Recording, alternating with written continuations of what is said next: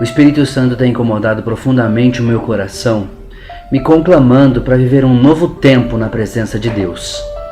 Me conclamando para viver um tempo de não conformidade com as coisas deste mundo.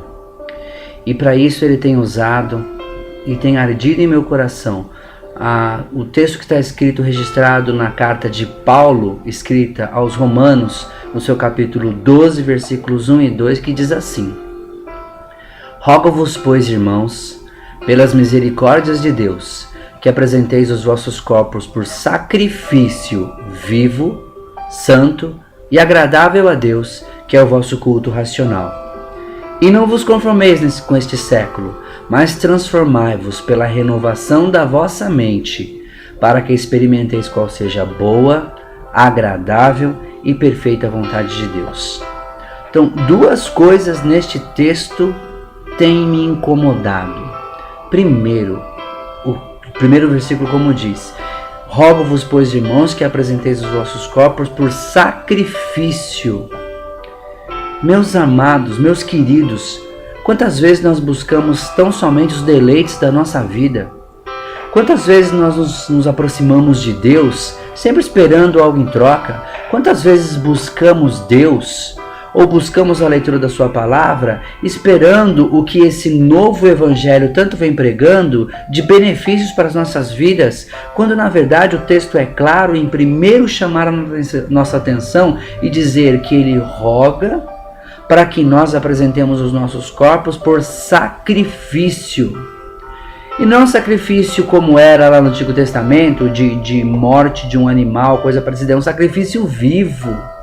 É um sacrifício santo, é um sacrifício agradável a Deus, ou seja, as nossas atitudes em sacrifício. A nossa vontade em sacrifício àquilo que é a vontade de Deus. Será que eu e você somos capazes, às vezes, de entregar a nossa vontade, como Jesus mesmo fez no Getsemane? Pai, se possível, passa de mim esse cálice, mas que não seja feita a minha vontade e sim a tua. Jesus demonstrou para a gente o que é um sacrifício vivo, santo e agradável diante do Pai.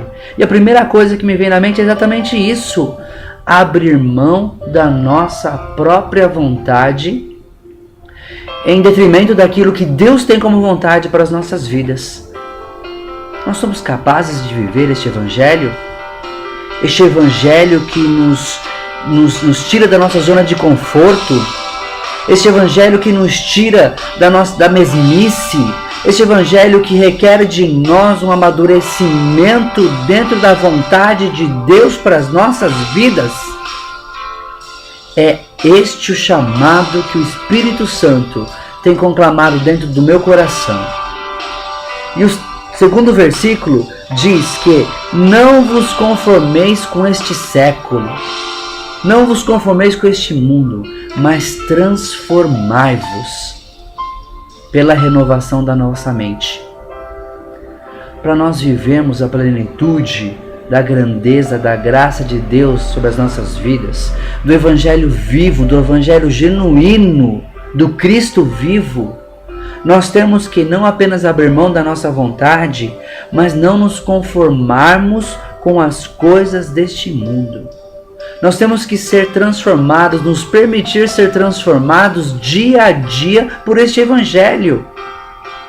O evangelho tem que produzir no nosso coração mudança, e mudança real de vida, mudança real que seja perceptível em cada situação das nossas vidas, em cada instante das nossas vidas, em cada atitude nossa. Se o evangelho de Jesus, se o evangelho bíblico não tem produzido em nós um caráter moldado, esse evangelho não é evangelho bíblico.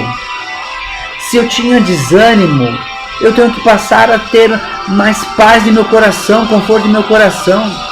Se eu tinha irritabilidade com as coisas, se eu perdia a paciência com certa frequência, com facilidade, eu tenho que aprender a viver com mais tolerância. O evangelho tem que transformar a minha vida.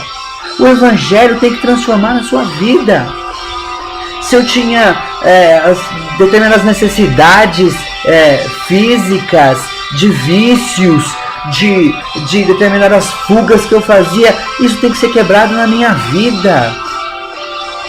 O Evangelho de Cristo produz mudança na minha e na sua vida.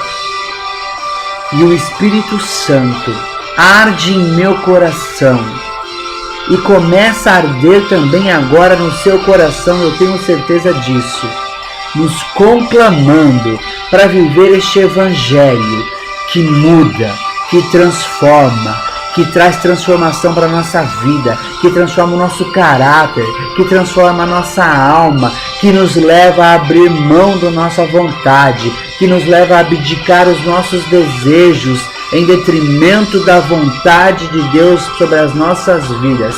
Essa sim, como o próprio texto fala, que é boa, perfeita e é agradável. Quer viver a boa, agradável e perfeita vontade de Deus sobre a sua vida? Abra mão do seu eu. Abra mão da sua vontade. Seja capaz de abrir mão dos seus desejos mais íntimos, mais profundos, em detrimento do desejo dele sobre a sua vida. Apresente-se como sacrifício vivo na presença dele e transforme a vossa mente.